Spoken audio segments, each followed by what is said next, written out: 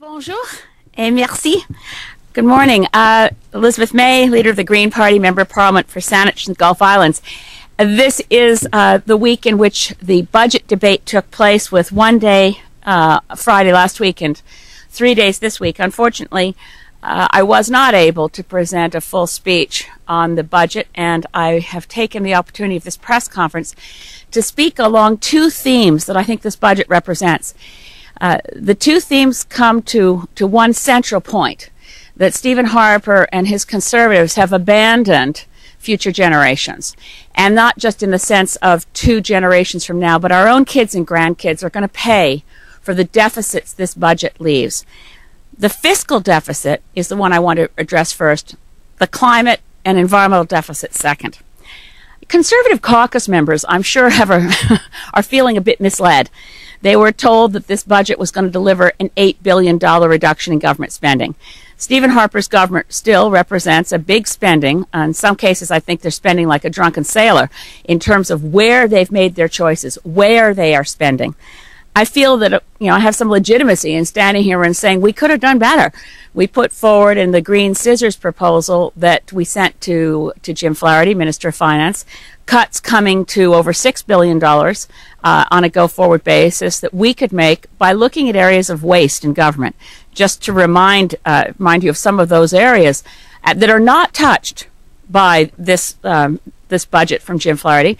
Untouched are places we believe Canadians would like to see cuts. And that is that the government is spending unprecedented levels of taxpayers' funds in advertising to tell us how great our government is. Stephen Harper's own budget for the Prime Minister's office is more than twice what it was even in recent history, at over $10 million a year for the people who work for the Prime Minister in a completely partisan role. I think this is something the average Canadian doesn't realize, is that tax dollars go to the Prime Minister's office for a function that is essentially all spin, all control. The people who do things like write up memos that tell us that certain environmental groups are viewed as adversaries by the Prime Minister. Other areas that we thought we should cut spending to bring 30 new members of Parliament to the House of Commons. There are other ways to do redistribution to represent the change in demographics. Do Canadians really want to see millions added every single year to spending by adding 30 new MPs? There are, of course, the ongoing big-ticket items, the subsidies to fossil fuels, the oil sands still getting over $1 billion a year in tax write-offs, $100 million this year again to Atomic Energy of Canada Limited, money to biotech, and money to defend asbestos. At the same time that they have not delivered, this budget delivers $5 billion in costs. They've made some choices, and the places they've chosen to make cuts are the places where Canadians didn't want to see cuts. In the CBC, in Telefilm Canada, eliminating the Katimovic program, killing the National Roundtable on Environment and Economy. So there are, in terms of fiscal accountability and fiscal responsibility, this government says it's looking to the future by forcing Canadians to wait to age 67 to get their old age security. That's not what Canadians want to see in terms of fiscal responsibility and fiscal accountability. We know from the Parliamentary Budget Officer that moving the retirement age to 67 is not required, given his long-term analysis of Canada's finances. And in relation to the Parliamentary Budget Officer, I hope Stephen Harper will stop attacking him, fund his budget, and let it sit as a more independent budget reporting to the House of Commons and no longer within the Library of Parliament. Kevin Page has earned his stripes by predicting exactly what the true cost of the F-35s would be, double what we were being told. The Auditor General's report confirms and validates what Kevin Page was saying. So might Kevin Page not also be right about old age security? So in looking to our future in a fiscal framework, this government continues to spend wildly. New spending in this budget, $165 million new money to the richest corporations in the world, assisting them with greasing the wheels for pipelines, tankers, offshore drilling. I don't think Canadians expected to see new fossil fuel subsidies in this budget.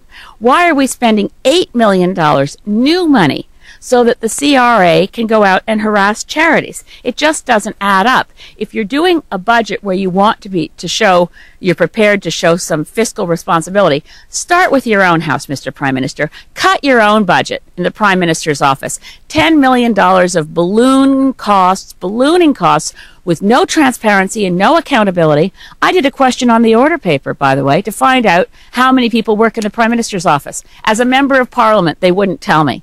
I got the list of the top number of named people. A huge number of them are described as information officers, which in this government means people in charge of making sure Canadians don't get the information. So on a fiscal framework, this budget fails to deliver on a promise to the next generation to get our fiscal house in order. Where it really fails the next generation is on the environment. We can see in this budget, not just in one section, but throughout, a consistent theme that this government, Stephen Harper, cares more about delivering crude bitumen to China in the interests of corporations that are completely linked to the Chinese Communist government. Sinopec, the fifth largest corporation on earth, PetroChina, and NAOC, with their billions of dollars of investments in the oil sands, want the pipeline built and they want the tankers to run. And this government, instead of allowing the kind of adequate review that's required of this project, has apparently decided to apply new approaches, timelines, deadlines, and a different jurisdictional framework to a process that's already started. Mr. Flaherty told the media in lockup that this was to apply retroactively. So if you look at the impact on the framework of environmental law and policy that was largely created under Brian Mulroney's government, what we see here is a slashing and a destruction, not in the interests of the economy. There's no money to be saved by savaging further the Canadian Environmental Assessment Agency. Mr. Harper's previous budgets have already reduced the Canadian Environmental Assessment Agency budget by 40%. This continued effort to destroy their jurisdictional basis is what can only be described as an effort to eliminate concerns relating to the impacts on clean water, the impacts on our air, the impacts on biodiversity of any major project. And clearly, much of this budget was written with an eye to assisting one project, the Enbridge so-called Northern Gateway project, to introduce super tankers of bitumen crude into some of the most dangerous waterways on Earth.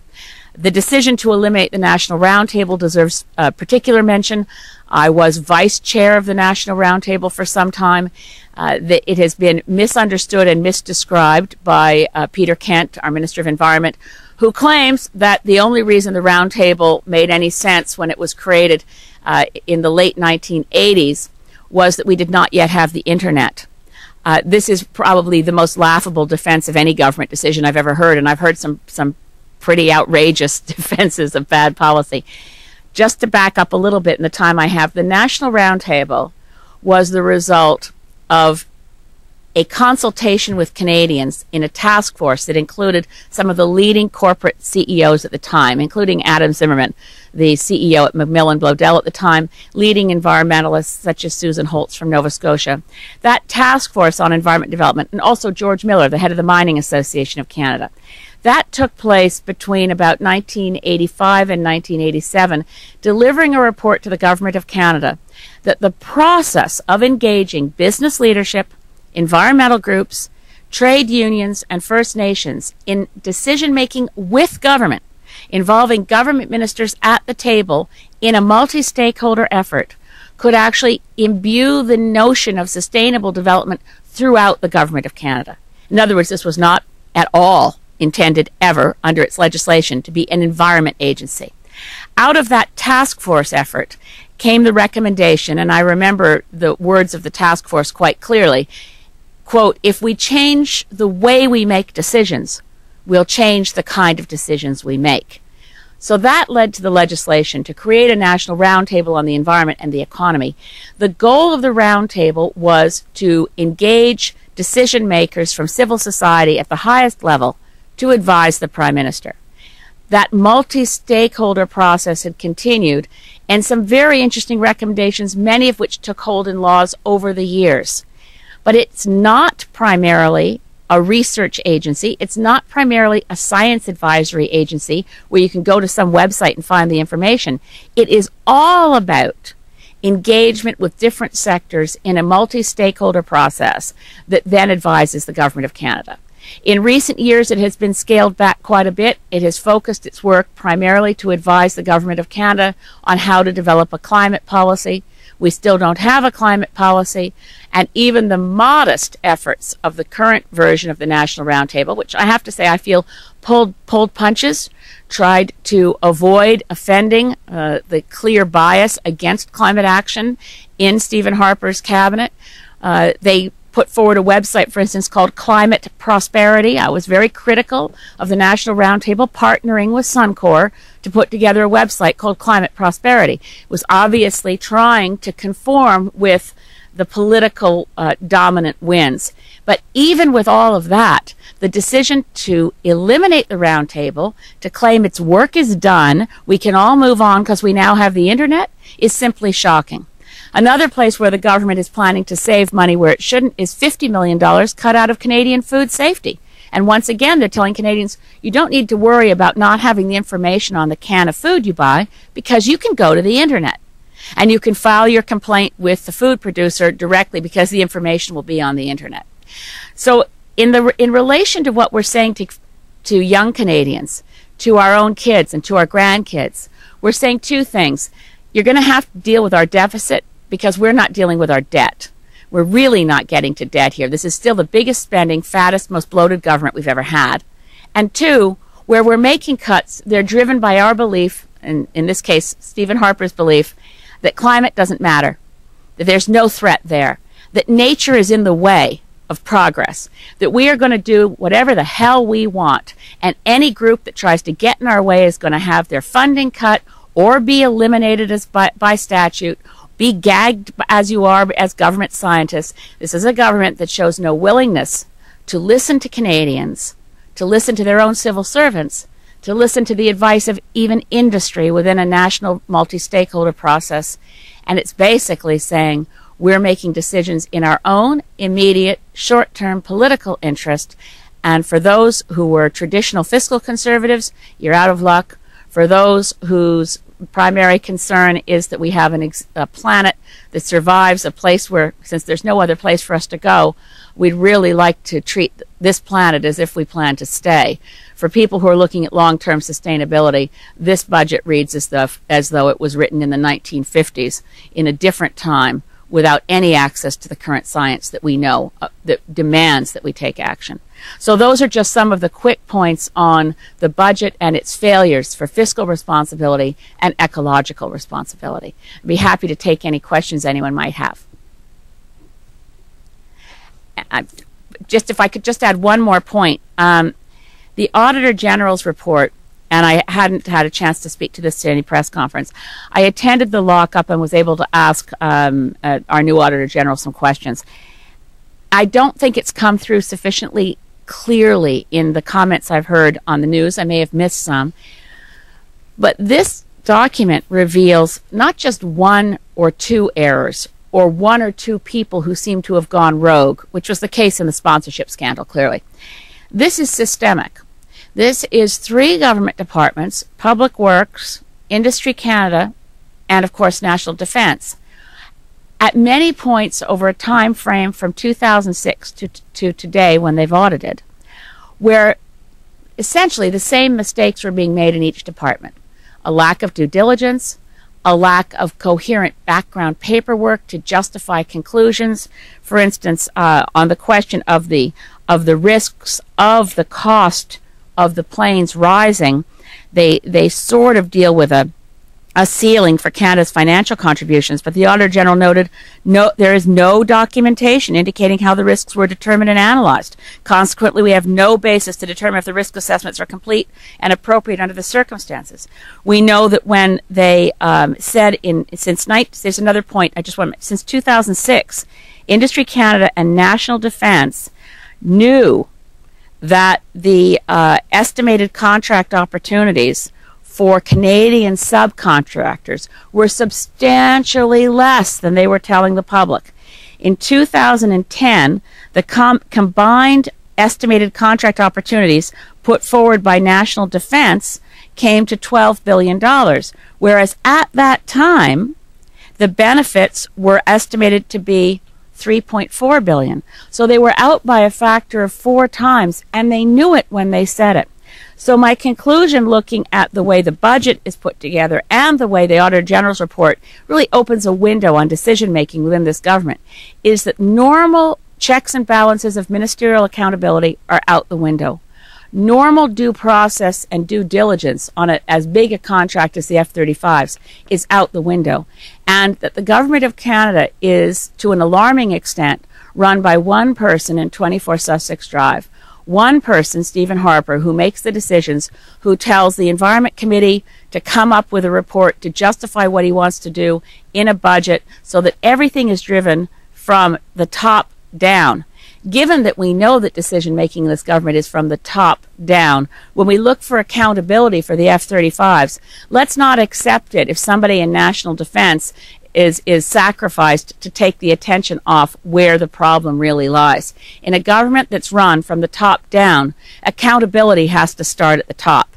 And Stephen Harper's fingerprints are all over the way in which these departments failed to do their job, failed to do due diligence. In the same way that the CETA contract to cancel Kairos looked like political interference from PMO, this looks like a pattern of political interference, and that's something that we can't have. The Auditor General can never get to that because it's a question of political decision making, and he can only audit what the bureaucrats did. As a parliamentarian, I think we have to ask Stephen Harper to take responsibility for his top-down decision making and to stop it, to allow his ministers to assume the normal role of ministers of Crown and Privy Council officers, be responsible for their files, take their own decisions. And until Stephen Harper can accept the restraints on power of a prime minister in a parliamentary democracy, and unless he can take those, accept those constraints on power, he should not be prime minister. His tendencies towards total control over information, over decision-making, and over spin are putting his own government at risk. Thank you very much.